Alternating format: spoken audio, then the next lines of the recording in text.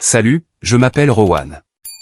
Le jour des 60 ans de ma mère, j'ai vu mon beau-père la gifler, puis il s'est tourné vers moi et a dit que nous n'étions que des fardeaux.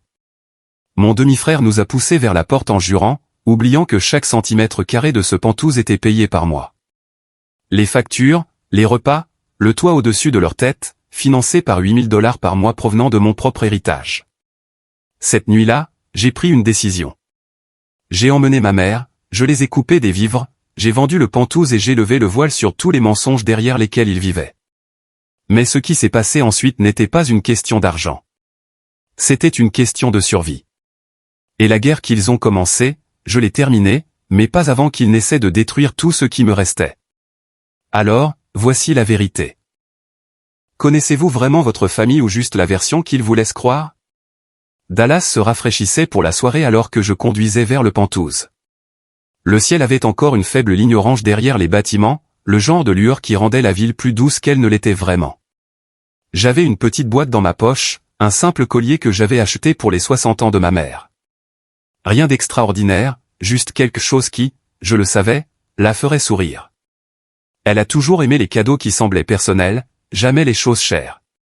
Celle-ci, d'une manière ou d'une autre, la mettait mal à l'aise. Quand je suis sorti de l'ascenseur et que je suis entré dans le hall, l'odeur familière de sa cuisine flottait. Cela m'a fait faire une pause un instant. Cet appartement avait englouti plus de mes revenus que n'importe quel endroit où j'ai jamais vécu, même si je ne l'ai jamais appelé chez moi. $8000 par mois. Hypothèque, frais de copropriété, électricité, assurance, sa couverture médicale, les courses, des morceaux de ma vie remis pour qu'elle n'ait pas à ressentir de pression. Elle ne l'a jamais demandé. Je l'ai pris sur moi. À l'intérieur, ma mère se déplaçait tranquillement dans la cuisine, plaçant des assiettes sur le comptoir. Arlon était assis à la tête de la table comme s'il était le propriétaire des lieux, les épaules raides, la mâchoire serrée. Daxton, son fils, était adossé à une chaise, les yeux sur son téléphone comme s'il attendait que quelqu'un de plus intéressant arrive. Maman a souri quand elle m'a vu. C'était un sourire doux, un peu fatigué. Je l'ai serré doucement dans mes bras. Elle semblait toujours plus petite qu'elle en avait l'air, comme une personne qui avait appris à se plier pour s'adapter à la pièce. Le dîner a commencé lentement. Elle avait préparé du poulet au four, des haricots verts, du pain de maïs, des choses simples qu'elle aimait. Quand elle a posé l'assiette devant Arlon, il a tapoté le bord avec sa fourchette et lui a lancé ce regard qu'il réservait au moment où il sentait que le monde ne se pliait pas assez vite à sa volonté. « C'est froid », a-t-il dit. Elle s'est raidie. « Ça sort juste du four. » Eh bien, ça n'en a pas le goût. Daxton a gloussé sous cape, sans lever les yeux de son téléphone. J'ai gardé les yeux baissés, la respiration régulière. J'avais vécu avec ce ton pendant des années, non pas chez moi, mais à travers des appels téléphoniques discrets de ma mère, ceux où elle prétendait que tout était normal. J'ai essayé de détendre l'atmosphère. Maman, ça a l'air bon. Ça sent bon aussi. Arlon m'a jeté un regard. Personne ne t'a demandé ton avis. Ma mère a chuchoté, Arlon, s'il te plaît. C'est mon anniversaire. Mangeons simplement. Mais il n'avait pas fini. Toi et ton fils, vous voulez toujours quelque chose.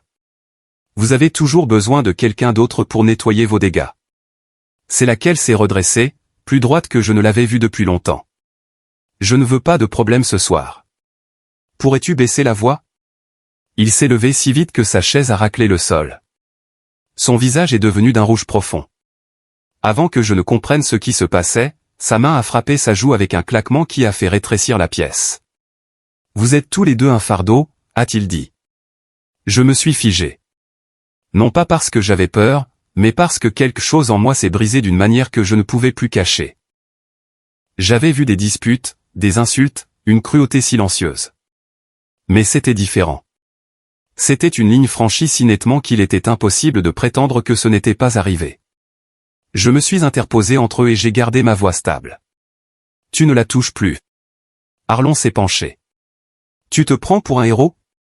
Ce n'est pas ta maison. Tu ne fais pas les règles ici. Avant que je puisse répondre, j'ai entendu des pas derrière moi. Daxton s'est approché, tenant toujours son téléphone comme si nous avions interrompu son divertissement. Partez, a-t-il dit. Il m'a d'abord poussé. Ce n'était pas un coup dur. Plutôt une poussée destinée à montrer qu'il le pouvait.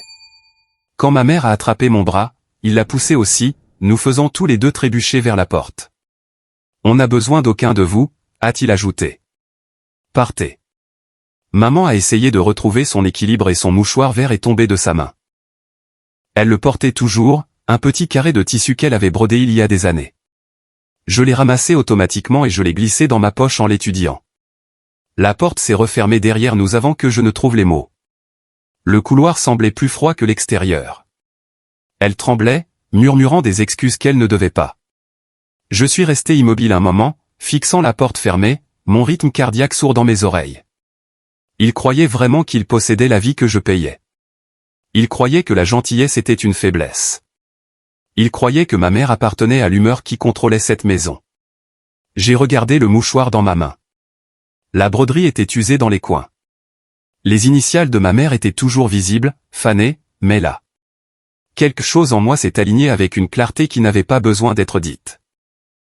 S'ils n'ont pas besoin de moi, ai-je dit doucement, ils ne m'auront pas, j'ai ramené ma mère chez moi, et pour la première fois, elle ne m'a pas dit de leur pardonner. Elle n'a pas chuchoté de garder la paix ou de me demander de laisser tomber. Juste cette fois, elle est restée assise à côté de moi en silence, une main posée sur ses genoux, l'autre pressée doucement contre sa joue là où Arlon l'avait frappée. La nuit était calme lorsque nous sommes arrivés dans mon allée. Les lampadaires projetaient de longues ombres sur la cour avant. Je me suis garé, je l'ai aidée à sortir et je l'ai conduite lentement dans la maison. Elle a grincé un peu en bougeant, les épaules raides.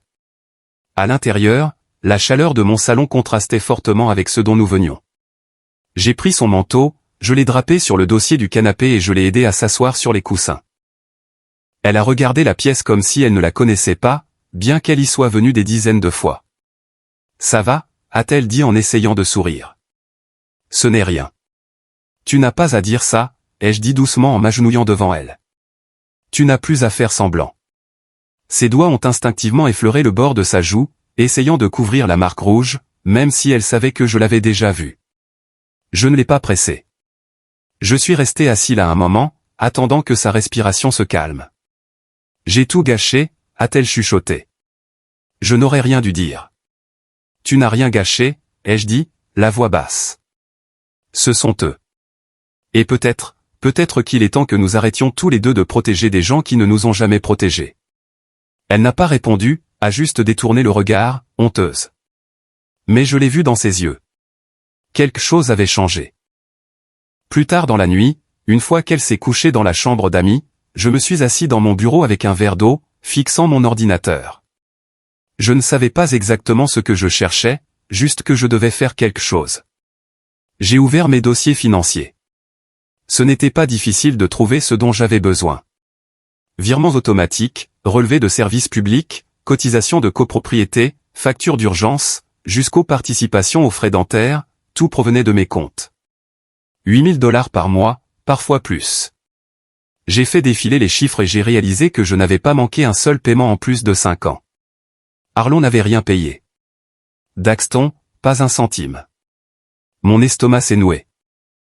J'ai repensé à toutes les réunions de famille, à chaque sourire narquois de Daxton quand j'apportais les courses, à chaque fois que Arlon levait les yeux au ciel devant un cadeau que je faisais à maman, à tous les petits signes que j'avais ignorés. Je me disais qu'il valait mieux garder la paix. Maman me l'avait dit une fois. Gardons la paix. C'est plus facile comme ça. Et j'avais vécu ainsi, tranquillement, fidèlement, stupidement. Je me suis adossé à ma chaise, me frottant l'arête du nez. Je voulais ressentir de la rage, mais elle n'était pas là. Pas encore. Ce que je ressentais était quelque chose de plus froid, une clarté que je ne m'étais pas permise depuis des années. J'ai cliqué sur un lecteur cloud que j'utilisais rarement, essayant de trouver un vieux reçu. Mais quelque chose a attiré mon attention. Un dossier intitulé « Audio Smart Home, Penthouse ». J'ai cligné des yeux. J'avais aidé à installer le haut-parleur intelligent de maman il y a des années. Il s'avère qu'il est toujours sauvegardé sur mon cloud. Curieux, j'ai ouvert le dossier et j'ai cliqué sur le premier fichier.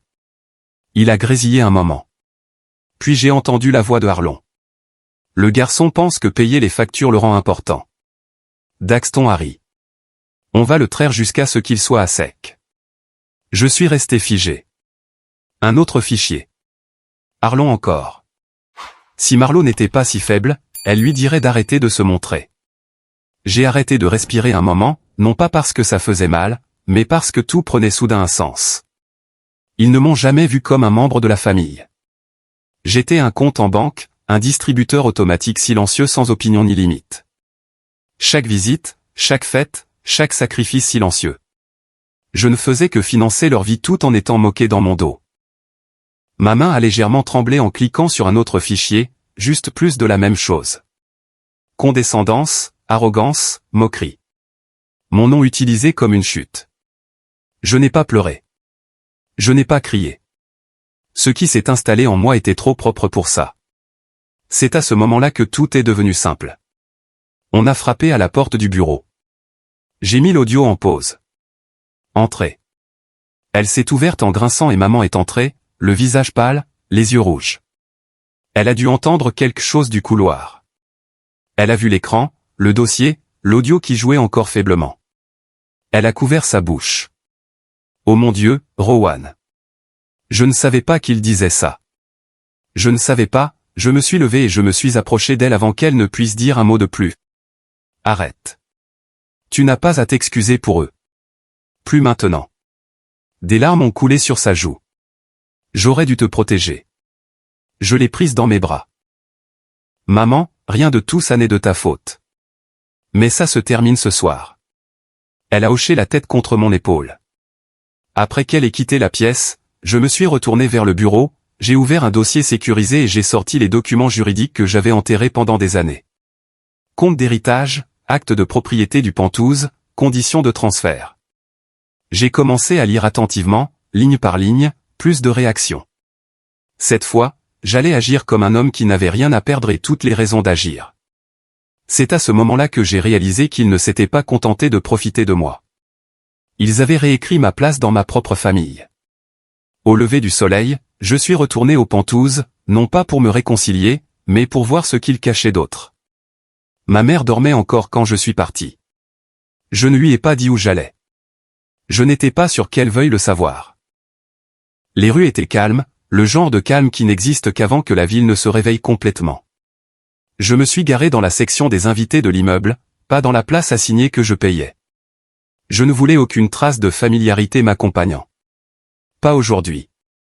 En traversant le hall, le réceptionniste de l'accueil, Jerry, un homme à qui j'avais parlé peut-être 2 fois, m'a fait un signe de tête avec ce ton respectueux que je lui avais entendu utiliser pour les résidents de longue date. « Bonjour, monsieur Vance », a-t-il dit. « Je ne m'attendais pas à vous voir si tôt. » J'ai fait un bref signe de tête. Juste pour vérifier quelques petites choses. Il a souri poliment et a regardé à nouveau son écran. Il n'a pas posé de questions, probablement parce qu'il savait qui signait vraiment les chèques par ici. En montant dans l'ascenseur, j'ai regardé mon propre reflet dans les portes en acier inoxydable. Je n'avais pas l'air en colère. J'avais l'air détaché. Et je pense que c'était pire. Quand je suis entré dans le Penthouse, l'odeur m'a frappé en premier. Du whisky bon marché, des plats à emporter rassis, quelque chose de brûlé dans l'évier. L'endroit était en désordre. La télé hurlait toujours, sans surveillance. Une émission de jeu projetait des lumières colorées sur les murs.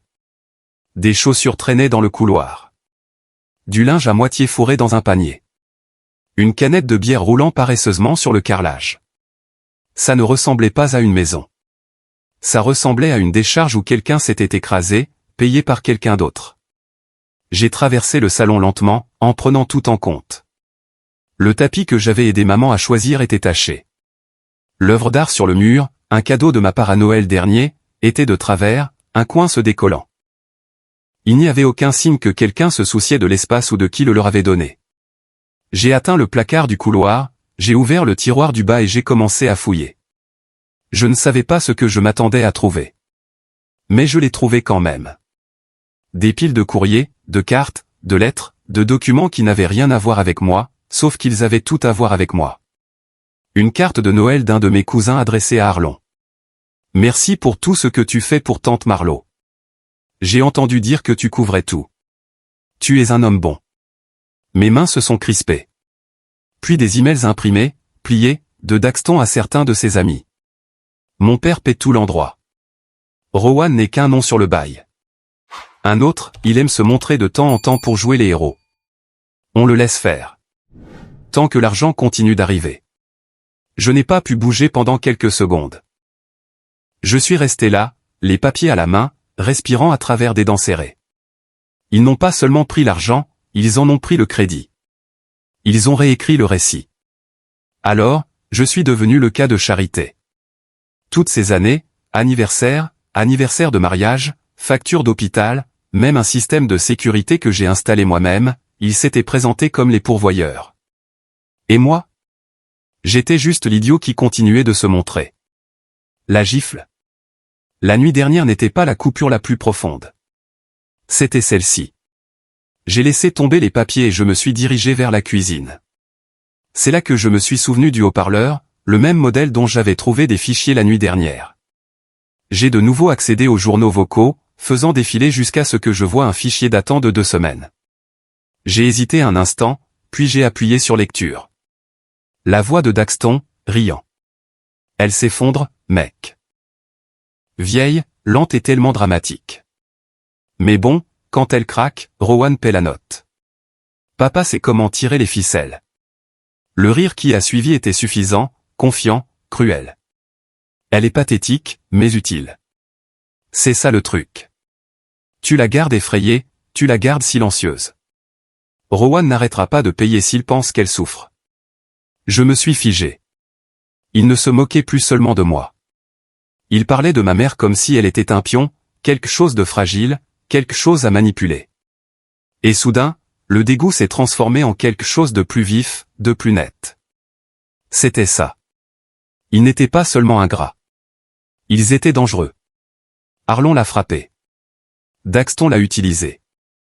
Et j'avais été entre eux et les conséquences pendant des années. Plus maintenant. Je me suis éloigné du haut-parleur, j'ai attrapé mon téléphone et j'ai appelé Michael, mon avocat. Je n'ai pas encore tout expliqué, j'ai juste dit que j'avais besoin de le rencontrer d'urgence. Il a entendu quelque chose dans ma voix et n'a pas posé de questions. J'ai mis fin à l'appel et j'ai fouillé dans la poche de ma veste. Le mouchoir vert était toujours là, soigneusement plié. Je n'avais pas réalisé que je l'avais emporté avec moi, mais d'une manière ou d'une autre, cela avait du sens. Je l'ai tenu un moment, le pouce courant le long du bord. La couleur me rappelait le printemps, le jardin dont maman s'occupait avant que la vie ne l'use. Plus maintenant, ai-je dit à voix haute. J'ai éteint la télé, éteint le haut-parleur et j'ai quitté le pantouse sans regarder en arrière. J'avais essayé de les protéger pendant des années, mais à midi, j'ai réalisé que je devrais protéger ma mère d'eux. Quand mon avocate a décroché le téléphone, les premiers mots qui sont sortis de sa bouche ont été « Rowan, qu'est-ce qu'ils ont fait cette fois ?» Il n'y a pas eu de bavardage, pas de politesse. Emery Clark me connaissait assez longtemps pour reconnaître quand quelque chose n'allait pas, juste par la façon dont je respirais dans le récepteur. J'ai expiré lentement. Ce n'est pas seulement ce qu'ils ont fait hier soir, Emory. C'est ce qu'ils font depuis des années. Et je pense qu'il est temps que j'arrête de faire semblant de ne pas le voir. Je lui ai tout raconté. La gifle, la bousculade, les enregistrements, l'argent, les mensonges. J'ai parlé comme quelqu'un qui s'arrache du poison de la peau. Lent, prudent, mais déterminé. Pour la première fois depuis des années, je ne leur trouvais pas d'excuses. Je ne lissais pas les choses. J'ai juste laissé la vérité là, laide et nue. Elle n'a pas interrompu une seule fois. Quand j'ai fini, il y a eu une pause. Rowan, a-t-elle dit doucement. J'attendais cet appel. Cela m'a surpris. Tu savais? Je soupçonnais, a-t-elle admis, mais tu as toujours insisté sur le fait que c'était sous contrôle, qu'ils avaient juste besoin de temps ou de grâce ou de ce que tu te disais pour continuer à leur accorder le bénéfice du doute. Je me suis appuyé contre le comptoir de la cuisine, une main agrippant le bord.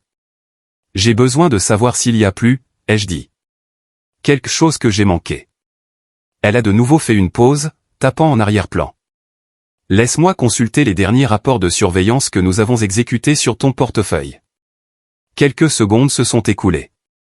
Puis son ton a changé. Oh mon Dieu. Quoi? Rowan. Arlon a essayé d'accéder à tes comptes d'investissement à plusieurs reprises. J'ai cligné des yeux. Quoi? Le mois dernier. Il a échoué. La sécurité l'a bloqué à chaque fois, mais il a essayé. Pas une seule fois. 3 connexions différentes depuis l'adresse IP du Penthouse. Ce n'est pas accidentel. Je suis resté là, stupéfait. C'est de la fraude. C'est le cas. C'est une tentative de vol d'identité. Au mieux, une manipulation financière, au pire, un crime. Mon estomac s'est retourné. Je savais qu'il me suçait le sang, mais essayer de s'introduire dans mes comptes, ça dépassait toutes les bornes. Je n'étais pas seulement exploité. J'étais une cible. Je me suis frotté le front. Les laisser seuls la nuit dernière n'a pas suffi, n'est-ce pas? Non, ce n'était pas le cas, a-t-elle dit doucement. Ils ne vont pas te laisser partir tranquillement, surtout si cela signifie que leur confort disparaît avec toi. Elle avait raison. Laisser tomber, espérer qu'il se calmerait, ce n'était pas de la protection. C'était de la permission. Quelle est notre prochaine étape? Ai-je demandé. Nous sécurisons entièrement tes actifs. Je commence les formalités ce matin. Et je veux que tu vérifies auprès de la copropriété du Penthouse. Quelque chose me tracasse. J'ai hoché la tête, me dirigeant déjà vers mon bureau. Je les appelle maintenant. Le gestionnaire de la copropriété a répondu après quelques sonneries. Il s'appelait Denis, d'âge moyen, poli, semblait toujours nerveux quand je visitais le bâtiment. Monsieur Vance, bonjour. Tout va bien? Je l'espère, ai-je répondu. J'avais juste quelques questions. Y a-t-il eu des plaintes déposées à mon encontre récemment au Penthouse? Il y a eu une pause, assez longue pour que ma poitrine se serre. M. Vance, je ne savais pas si je devais en parler avant, mais oui, il y a eu plusieurs plaintes pour bruit, comportement hostile, paiement manqué sur les frais communs, le tout à votre nom. J'ai fermé les yeux. Qui les a déposés? Votre beau-père et, je crois, votre frère. Du moins, c'est ainsi que les formulaires ont été signés. Ma mâchoire s'est crispée. Et vous les avez crus? Eh bien, ils sont répertoriés comme résidents et vous n'y vivez pas, alors nous avons supposé. Je l'ai interrompu calmement. Vous avez supposé à tort. Je paie chaque frais et je n'ai pas élevé la voix une seule fois à l'intérieur de ce bâtiment, même pas quand il a giflé ma mère. Silence à nouveau. Je vais envoyer de la documentation par l'intermédiaire de mon avocate. N'agissez plus sur un seul mot de cet appartement sans me contacter directement. Compris? Oui, monsieur. Absolument. J'ai raccroché et je me suis assis sur le porche arrière. La journée s'était légèrement réchauffée, mais j'avais froid. Mes mains étaient stables, cependant. Cela m'a surpris. J'ai regardé la cour, la clôture usée que je n'arrêtais pas de me dire de remplacer, les carillons avant qui bougeaient à peine dans la brise. Et j'ai pensé à toutes les fois où j'avais laissé passer quelque chose, à toutes les fois où j'avais choisi la paix plutôt que la vérité, à toutes les fois où ils avaient utilisé ma gentillesse comme une arme. J'aurais dû le voir venir. Les pics subtils, les culpabilisations, la façon dont Arlon parvenait toujours à se mettre au centre de l'attention de maman, même quand elle était malade. La façon dont Daxton empruntait de l'argent et oubliait. Les histoires qu'il racontait aux autres pendant que j'étais dans la pièce, faisant semblant de ne pas les entendre réécrire notre famille. Plus maintenant, ai-je chuchoté. J'ai rappelé Emory. Plus d'argent, ai-je dit. Pas un centime. À compter d'aujourd'hui. Elle n'a pas discuté. Je ferai rédiger et envoyer la mise en demeure. Tu es sûr? Je n'ai jamais été aussi certain. En terminant l'appel, j'ai levé les yeux au ciel. Il était clair maintenant. Pas de nuages, pas de brouillard, juste une clarté vive et froide. Pour la première fois depuis des années, je n'avais pas l'impression de me noyer dans leur chaos. Mais au fond de moi, je savais que ce n'était pas fini. Je pensais que couper les vivres les calmerait, mais le soir, j'ai réalisé que cela ne faisait que les rendre désespérés. Dès que mon téléphone a commencé à vibrer sans arrêt, j'ai su que Arlon et Daxton avaient trouvé une nouvelle façon de riposter. Au début, j'ai cru que c'était du spam. Des numéros inconnus s'affichant sur mon écran toutes les quelques minutes. Mais ils n'ont pas arrêté. L'un après l'autre. Pas de messages vocaux, pas de textos, juste un flot continu d'appels manqués. Puis sont venus les coups à ma porte d'entrée. Pas des coups. Des coups violents. Vifs. Urgents. J'ai ouvert la porte avec précaution et j'ai trouvé 2 officiers en uniforme sur mon porche, sous la lueur jaune de la lumière du Porsche. Monsieur Rowan Vance, a demandé l'un d'eux, jetant déjà un coup d'œil derrière moi dans la maison. Oui. Y a-t-il un problème? Nous répondons à un contrôle de bien-être, a dit l'autre officier. Un rapport est arrivé indiquant que vous criez à l'intérieur, menaçant de vous faire du mal et de détruire des biens. J'ai cligné des yeux. Quoi? Le plus grand s'est déplacé, essayant de nouveau de regarder par-dessus mon épaule. Êtes-vous seul dans la maison? Oui, mais c'est une erreur. Je vais bien. Nous devrons quand même entrer, monsieur. J'ai reculé à contre-cœur, le cœur battant la chamade alors qu'ils entraient. Ils ont balayé du regard le salon, la cuisine et le couloir, prenant note de tout. L'air était tendu, lourd de sous-entendus. Monsieur, a finalement dit un officier, l'appelant a prétendu que vous criez « je n'en peux plus » et que vous cassiez des objets. J'ai expiré fortement, essayant de rester calme. Personne n'est venu ici. Je n'ai même pas élevé la voix. Ils se sont regardés. Le plus jeune officier s'est légèrement adouci. Parfois, les gens font ces appels de manière malveillante. Des conflits d'héritage, des querelles immobilières, de l'argent de famille. On a déjà vu ça.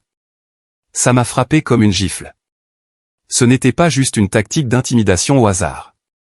C'était une stratégie documentée, utilisant les forces de l'ordre pour faire passer quelqu'un pour instable, pour créer un dossier. J'ai regardé l'officier dans les yeux. C'était mon beau-père et mon frère. Je les ai coupés des vivres ce matin. Il a lentement hoché la tête. Sachez simplement que quelqu'un monte un dossier sur vous. Après leur départ, je suis resté au centre de mon salon. Le silence qui a suivi était plus fort que les coups à la porte. Les lumières étaient toujours allumées, mon téléphone vibrait encore occasionnellement sur le comptoir, mais tout ce que je ressentais, c'était d'être exposé, violé, comme s'il s'était introduit dans mon esprit, pas seulement dans ma maison. Mes mains tremblaient, non pas de peur, mais de la prise de conscience que cela allait devenir plus laid. Je n'ai pas eu beaucoup de temps pour digérer. Mon téléphone a de nouveau sonné, cette fois, c'était Emory. Rowan, a-t-elle dit sans bonjour. Nous avons un problème.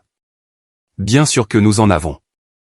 Un de tes comptes secondaires a déclenché une alerte à la fraude. Quelqu'un a essayé de déplacer des fonds avec un formulaire signé numériquement. Je viens de recevoir l'email. Elle me l'a immédiatement transféré. Je l'ai ouvert et j'ai regardé. Mon nom, mon compte, et en bas, une signature. Elle avait l'air presque juste.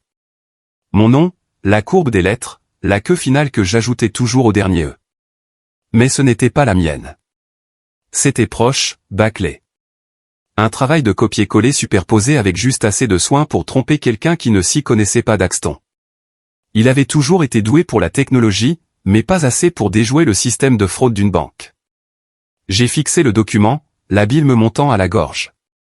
Ils allaient tout voler, ai chuchoté. Emory n'a rien dit pendant un long moment, puis doucement.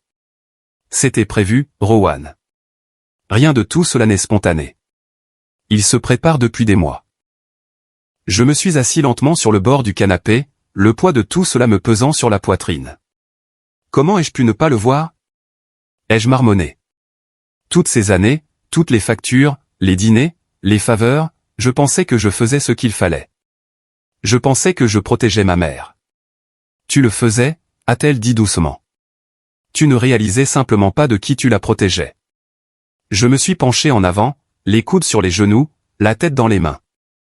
La honte m'a envahi. Non pas parce que j'avais été généreux, mais parce que j'avais ignoré les signes, parce que je m'étais convaincu que la famille signifiait quelque chose pour des gens qui ne m'avaient jamais traité comme si j'en faisais partie. Une pensée sombre s'est insinuée. Peut-être que si je leur virais juste un paiement de plus, peut-être qu'ils arrêteraient. Peut-être qu'ils se sentiraient comme s'ils avaient gagné et me laisseraient tranquille. J'ai attrapé mon téléphone, ouvert l'application bancaire, commencé à taper les chiffres par mémoire musculaire. Une longue respiration. Mon doigt a plané au-dessus de « transférer ». Buzz. Un texto. C'était une photo. Pas de mots, juste un instantané d'un voisin près du Penthouse. Le même qui m'avait un jour demandé de recommander un homme à tout faire. La photo montrait Arlon et Daxton dans le hall, riant, des verres à la main, portant un toast. La légende en dessous, on dirait qu'il porte un toast à la victoire. Je suis resté à regarder l'image, le pouce figé au-dessus de l'écran. Quelque chose en moi a basculé. La honte, le doute, la panique, tout s'est transformé en une clarté vive et brûlante. J'ai quitté l'application, supprimé le projet de virement, supprimé tout le modèle de paiement. Ils n'avaient pas peur de me perdre. Ils avaient peur de perdre l'accès à ce que je contrôlais. Alors, le lendemain matin, je suis entré dans le bureau de mon avocate et j'ai dit, il est temps d'arrêter de jouer en défense. Emery Clark a levé les yeux de son bureau, les yeux se plissant derrière ses lunettes. Elle ne m'a pas demandé de m'asseoir. Je n'avais pas besoin de l'invitation. Je me suis laissé tomber dans le fauteuil en cuir, le cœur stable pour la première fois depuis des jours. Il n'y avait plus de place pour la peur, juste des faits et de l'action. Elle a fait glisser un dossier vers moi sans un mot. À l'intérieur se trouvaient des journaux d'appel, sa ligne de bureau horodatée. 3 tentatives, toutes du même numéro, toutes de Harlon. Il a utilisé votre nom légal complet, a-t-elle dit, le ton sec. Date de naissance aussi. Ma mâchoire s'est crispée. Je n'ai pas parlé. Il a prétendu être vous, a-t-elle poursuivi, et a demandé l'accès à vos documents de fiducie. Il a dit qu'il y avait un changement d'urgence qui nécessitait un examen immédiat. J'ai baissé les yeux sur le papier. Mes informations utilisées comme un bélier contre ma propre vie privée. Ceci, a-t-elle ajouté en tapotant le dossier avec son stylo, est une usurpation d'identité d'un bénéficiaire de fiducie. C'est un crime au Texas. Quelqu'un l'a coaché, ai-je marmonné. Emory a hoché la tête. Exactement ce que je pensais. Une immobilité s'est installée entre nous. Non pas le silence, mais l'attente. Cette prise de conscience que nous n'avions plus affaire à du désespoir. Nous avions affaire à de la préméditation, à de la planification, à du calcul. Il pense que je ne vais pas me défendre, ai-je dit doucement. Parce que je ne l'ai jamais fait. Son regard a croisé le mien, calme mais inflexible. Vous le faites maintenant. Je me suis redressé. Nous gelons tous les comptes discrétionnaires liés aux Pantouzes. Services publics, frais de copropriété, paiements automatiques, cartes de crédit. Ils ont profité de tout ça. Elle a cliqué sur son stylo. Autre chose ? Commencer la procédure pour mettre fin à l'occupation permissive. Ils veulent vivre comme des propriétaires. Laissez-les découvrir ce que les locataires légaux doivent faire. Emory a griffonné une note. Ils vont résister. Je sais. Vous êtes prêts pour ça ? Ils ont utilisé la police comme une arme, Emory, ai-je dit, la voix égale. Ils ont cessé d'être ma famille au moment où ils ont décidé que j'étais plus facile à effacer qu'à respecter. Pendant une seconde, son expression s'est adoucie. D'accord, Rowan, passons à l'offensive. Quand j'ai quitté son bureau juste après midi, quelque chose a changé en moi. L'air semblait différent, plus léger. Ou peut-être que j'étais juste moins accablé. Le centre-ville de Dallas bourdonnait autour de moi. Klaxons, gens qui parlent, le rythme d'un jour de semaine se déroulant. Mais je me suis déplacé à travers tout cela avec une étrange sorte de calme. Pas celui qui vient de la paix, mais celui qui naît du choix de la clarté plutôt que du chaos. Je me suis arrêté sur une place en plein air à proximité, juste devant une librairie que je fréquentais pendant mes pauses déjeuner, à l'époque où les choses semblaient normales. J'ai commandé un sandwich et un thé glacé et je me suis assis à l'une des tables extérieures ombragées. J'étais à mi-chemin de ma boisson quand je l'ai entendu. Rowan. La voix était forte, vive, destinée à attirer l'attention. Je me suis retourné. Daxton venait vers moi rapidement, le téléphone levé, filmant. Le voilà, a-t-il crié, orientant sa caméra. Le voleur lui-même. Les gens se sont retournés, levant la tête de leur repas. Les conversations se sont figées. Il s'est arrêté à quelques mètres de moi, le visage rouge, un sourire tordu de rage. « Allez, grand frère » a-t-il craché. « Dis-leur comment tu as volé mon héritage. Dis-leur comment tu as mis ta propre famille à la porte de leur maison. » Je me suis levé lentement, calme, contrôlé. « Vas-y » a-t-il aboyé. « Frappe-moi. Tu sais que tu veux leur montrer qui tu es vraiment. » Je n'ai pas bronché.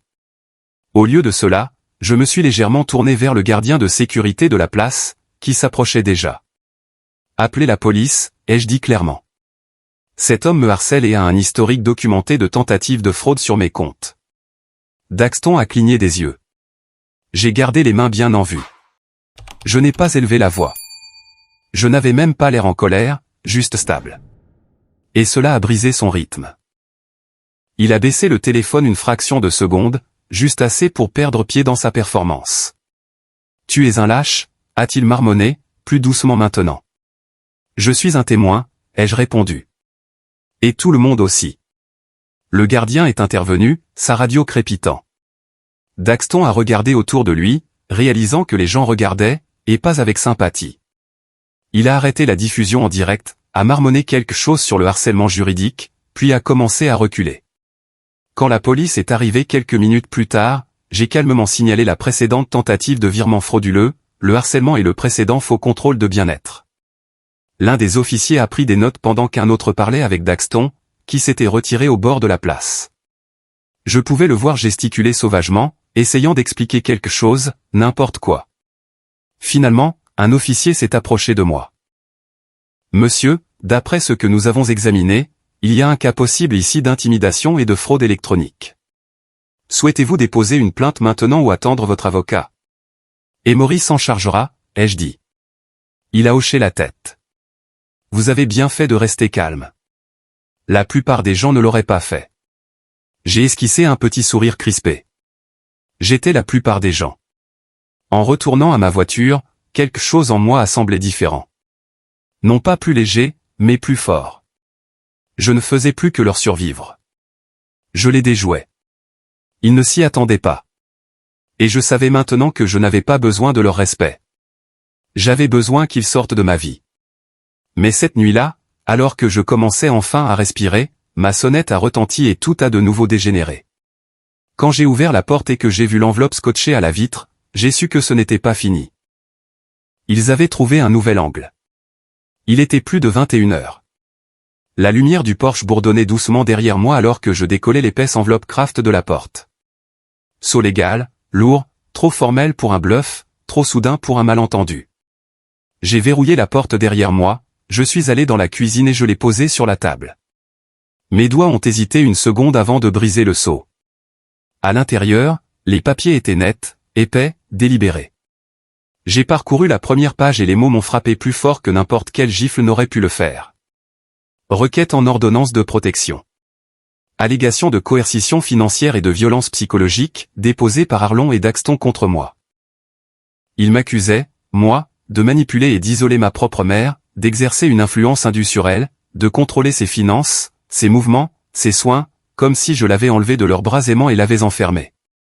Je me suis adossé à la chaise et j'ai regardé le plafond. Je ne sentais même plus mes mains. La rage n'était pas encore arrivée. C'était juste le choc. Une trahison si précise qu'elle m'a presque coupé le souffle. J'ai pris le téléphone et j'ai appelé Emory. Elle a décroché à la deuxième sonnerie. « Rowan, je viens de recevoir une assignation », ai-je dit, la voix plate. Maltraitance de personnes âgées, manipulation financière. Ils ont déposé une plainte. Silence. Puis, je t'avais dit qu'ils retourneraient l'histoire en premier. Ils essaient de te piéger aux yeux du public, sur le papier, au tribunal. C'est moi qui l'ai sauvé, ai-je chuchoté, la voix brisée. Je l'ai sorti de cet endroit. J'ai tout payé. Il s'en fiche, a coupé Emory. Il ne s'est jamais agi d'équité. Il s'agit de contrôler le récit. Tu es devenu trop puissant trop vite. Maintenant, ils essaient de brûler l'histoire avant que tu ne puisses la raconter. Je n'ai pas répondu. Mes yeux étaient fixés sur la dernière ligne de la requête. Ordonnance de protection temporaire demandée. L'intimé ne doit pas contacter le sujet jusqu'à l'audience. Sujet, Marlowe. Ma mère. J'ai mis fin à l'appel et j'ai essayé le sien. Messagerie vocale. J'ai réessayé. Toujours rien. Quelque chose en moi s'est tordu. Serré. Pris mal. J'ai attrapé mon manteau et mes clés et j'ai quitté la maison sans réfléchir une seconde. Le trajet à travers la ville était silencieux. L'air froid passait par la vitre fissurée alors que je traversais des intersections faiblement éclairées et des stations-service endormies. Les rues étaient presque vides. Le calme rendait la peur plus forte. Quand je suis arrivé dans l'allée de sa petite maison de location, j'ai vu la lumière de son Porsche vaciller faiblement. Ses stores étaient tirés, la maison trop silencieuse. J'ai frappé doucement. Il a fallu un long moment avant qu'elle n'ouvre la porte. Ses yeux étaient fatigués, creux, le genre de fatigue qui ne vient pas du manque de sommeil, mais d'être usé par le temps. Elle n'a rien dit, c'est juste reculé pour me laisser entrer. Je l'ai serré dans mes bras avec précaution. Elle a tressailli. En me reculant, j'ai vu la légère ecchymose sur son poignet. « Maman » ai-je dit, la voix basse, stable. « Qu'est-ce qui s'est passé ?» Elle a détourné le regard. « Ils sont venus plus tôt. Arlon et Daxton. Je ne les ai pas laissés entrer. Mais ils ont laissé des choses. Des papiers, des menaces. » Sa voix a vacillé. Quelqu'un a appelé mon médecin, Rowan, a dit qu'ils étaient un défenseur de la famille, a posé des questions sur ma mémoire, mes ordonnances. Il voulait qu'il note un déclin mental. Je l'ai regardé, immobile. Ils ont dit que j'étais confuse, a-t-elle ajouté. Que je pourrais être en danger. L'infirmière m'a regardé comme si j'étais du verre fragile. Je me suis appuyé contre le mur, j'ai fermé les yeux. Ils ne réécrivaient plus seulement mon histoire maintenant. Ils s'en prenaient à la sienne, pièce par pièce. Ils veulent prouver que tu es instable, ai-je dit, pour soutenir leur plainte pour maltraitance. Elle a hoché lentement la tête. Pour la première fois, elle s'est laissée pleurer. Des larmes silencieuses et épuisées qui ont coulé sur ses joues sans aucune tentative de les cacher. Je me suis agenouillé à côté d'elle et j'ai pris ses mains, faisant attention à ses bleus. Ce n'est pas de ta faute. Je lui ai dit. Ils font ça parce qu'ils perdent le contrôle, parce que tu n'es plus sous leur toit.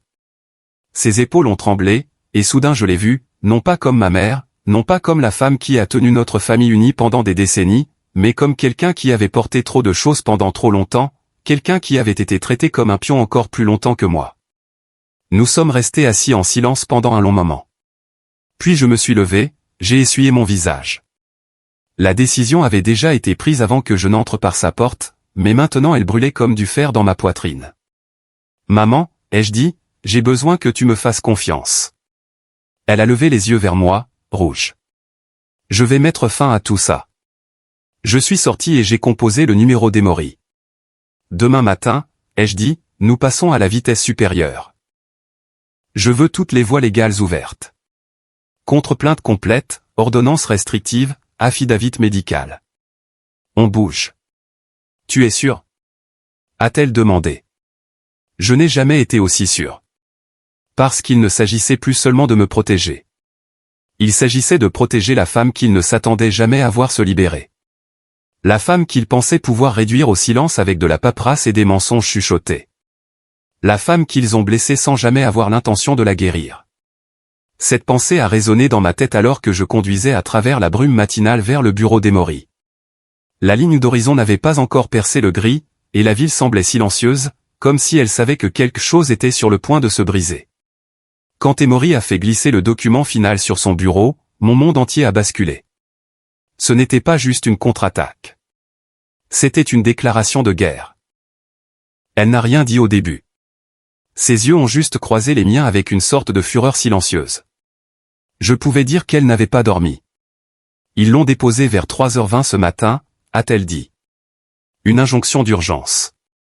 Ils allèguent que vous avez stratégiquement contraint votre mère, saisi ses biens et gelé leur accès aux nécessités de base. J'ai regardé l'entête en gras. Requête en protection d'urgence contre l'exploitation financière. Les mots brûlaient.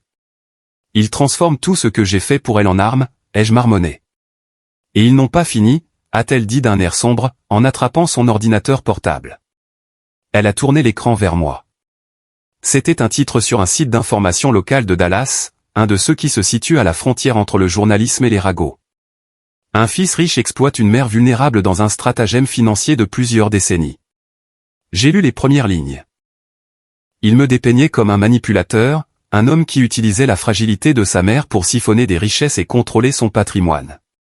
Il citait des sources proches de la famille.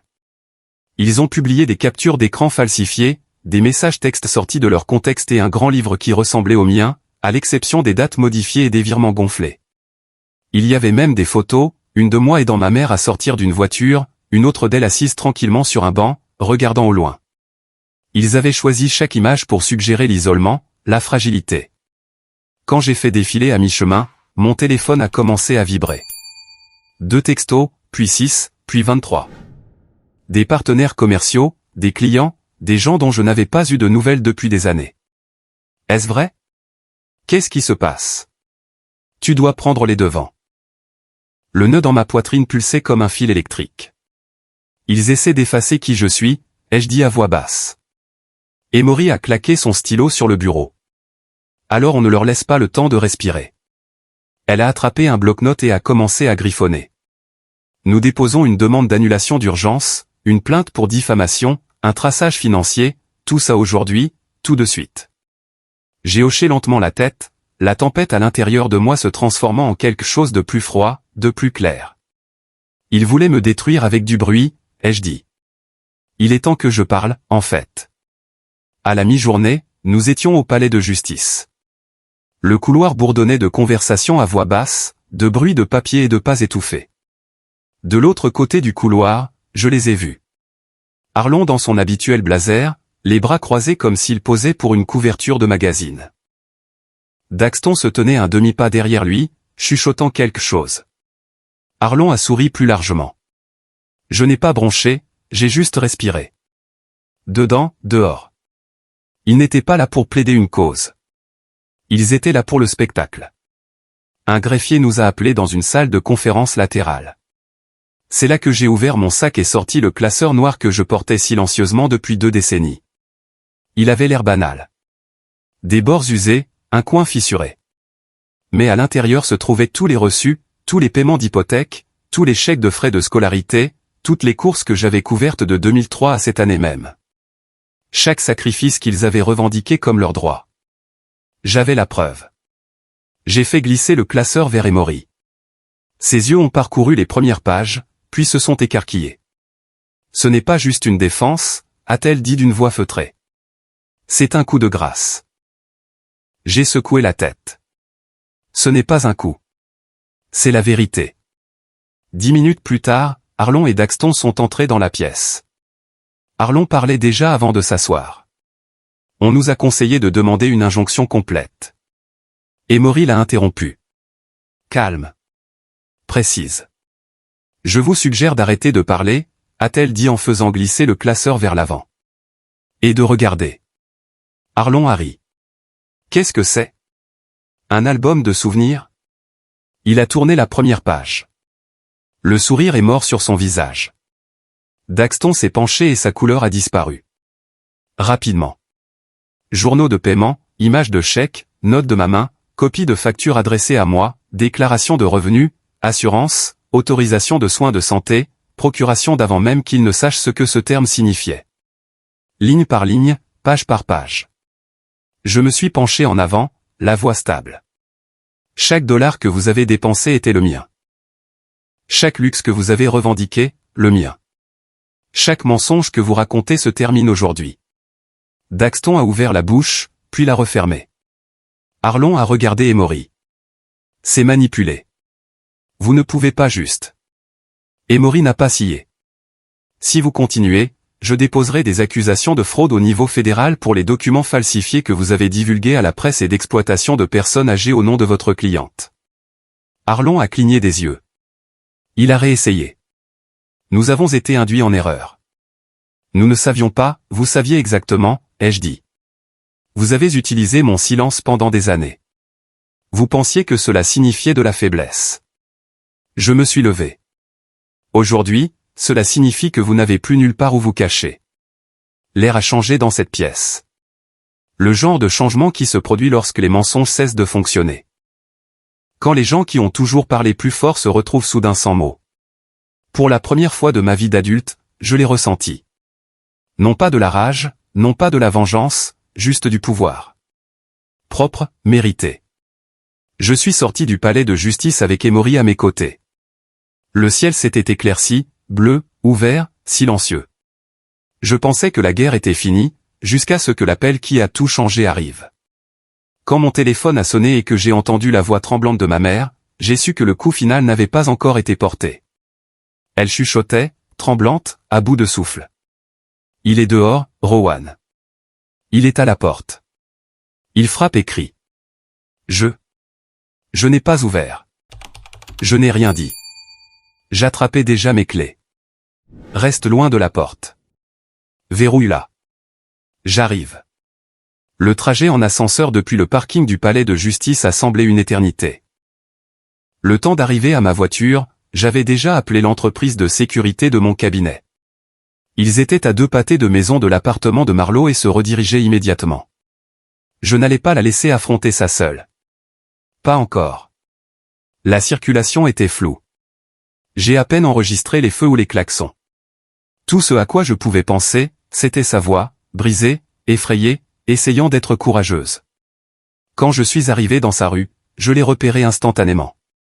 Arlon était devant son appartement, hurlant à la porte comme un possédé. « Espèce de sorcière ingrate !» criait-il. « Tu as laissé ce garçon te retourner contre moi. Je t'ai tout donné.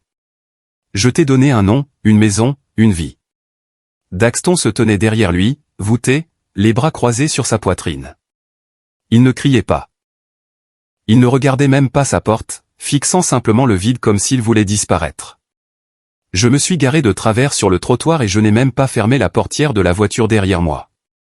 La sécurité est arrivée quelques secondes plus tard, s'interposant entre moi et Arlon sans avoir besoin d'instructions. Ils étaient calmes, entraînés, mais prêts. La voix de Arlon s'est brisée quand il m'a vu. « Toi. Tu as fait ça. Tout allait bien jusqu'à ce que tu reviennes. Tu étais censé rester parti. » Je n'ai pas élevé la voix, je n'ai pas fait un pas en avant. Je l'ai regardé droit dans les yeux et j'ai dit, « Et tu étais censé la traiter comme un être humain. » Sa bouche s'est ouverte, mais aucun mot n'est sorti.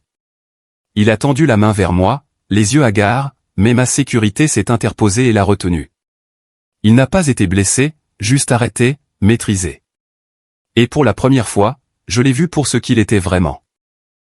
Non pas puissant, non pas en contrôle, juste bruyant et effrayé de perdre les mensonges sur lesquels il avait bâti sa vie. Les sirènes ont retenti dans le quartier quelques instants plus tard. Les voisins les avaient appelés. 2 officiers se sont approchés, calmes, mais alertes. Ils ont pris les dépositions des voisins de Marlo, de moi, des gardes. Un officier a demandé à Arlon de s'écarter. Arlon a refusé. A essayé de prétendre que c'était un malentendu. Puis l'officier a sorti un papier de son dossier. Le dépôt d'urgence d'Emory. Ordonnance de protection signifiée. Valide. L'arrestation n'a pas été spectaculaire. Pas de menottes claquées. Juste une lente prise de conscience sur le visage de Arlon alors qu'il lui mettait les mains dans le dos et le conduisait à la voiture de patrouille. Daxton n'a pas dit un mot. Quand la voiture s'est éloignée, je me suis retourné vers le bâtiment. La porte s'est ouverte lentement. Marlo se tenait là, en robe de chambre, frêle mais droite. Sa voix m'a à peine atteint. Je ne voulais rien de tout ça, Rowan. Je ne voulais pas que ça aille aussi loin. Je me suis approché d'elle, stable et silencieux. Ce n'était pas de ta faute, ai-je dit. Rien de tout ça. Elle a cherché ma main et je l'ai prise doucement. Nous sommes restés comme ça un moment, juste en respirant. À l'intérieur, elle s'est installée sur le canapé. L'endroit était bien rangé, calme, rempli de la douce lumière de la fenêtre. Sur la table basse, quelque chose a attiré mon attention. Un petit bracelet en plastique, délavé, tordu. Le bracelet d'hôpital du jour de ma naissance. Je m'en souvenais de mon enfance. Elle le gardait dans une boîte à bijoux, cachée derrière de vieilles lettres. Je ne l'avais pas vu depuis des années. Je l'ai ramassé. Il portait toujours mon nom. Toujours daté. Une sorte de preuve silencieuse. Et soudain, tout le bruit s'est estompé. Toutes les poursuites, les accusations, la trahison. Tout a rétréci à côté de ce minuscule rappel de qui j'avais été pour elle, de pourquoi je m'étais battu, de ce qu'aucun d'eux ne pouvait toucher. Elle m'a remarqué le tenant. Je l'ai gardé, a-t-elle dit, même après tout, parce que peu importe à quel point les choses allaient mal, ce jour était à moi. Juste à moi. Je me suis assis à côté d'elle, tenant toujours le bracelet. Je pensais que tu étais resté avec lui parce que tu t'en fichais, ai-je dit. Je pensais que peut-être tu me blâmais d'être parti. Elle a secoué la tête, les yeux se remplissant. Je suis resté parce que j'avais peur d'être seul, de ne pas être assez. Je pensais que tu avais tourné la page, que tu voulais de l'espace de tout ça. Et voilà, la vérité. Nous étions restés silencieux tous les deux pour la même raison, pensant que notre absence protégeait l'autre. Pendant ce temps, Arlon avait prospéré dans cet espace entre nous. Mais plus maintenant. Plus tard dans la soirée, de retour chez moi, Emory a appelé. Le tribunal a tout examiné, a-t-elle dit. Les médias commencent à se rétracter, et votre cabinet vient de publier une déclaration vous innocentant. La situation se retourne. Je l'ai remerciée. Daxton, ai-je demandé. Elle a hésité. Pas encore d'accusation, mais il est impliqué. Il pourrait faire face à un procès civil plus tard. J'ai expiré. Je ne détestais pas Daxton. Plus maintenant. Il avait été un produit du monde de Arlon, mais il ne me devait plus rien maintenant, juste de la distance. Après l'appel, j'ai versé une tasse de café et je suis sorti sur le balcon. La ligne d'horizon de Dallas clignotait au loin, du verre et de l'acier sous le poids du crépuscule. L'air semblait différent maintenant, plus léger. Dans ma main, je tenais toujours le bracelet d'hôpital. Il était usé, petit, mais il avait survécu, tout comme nous. Et j'ai pensé à ce que la survie signifiait vraiment. Non seulement endurer, mais choisir enfin de vivre avec des limites, avec la vérité, avec la dignité. On peut tout donner à quelqu'un, son argent, son temps, sa paix, mais au moment où il transforme votre gentillesse en arme, c'est là qu'on reprend sa vie en main. Et je l'avais fait. Mais il y avait encore une chose que je devais faire. Une conversation que j'avais évitée pendant 20 ans.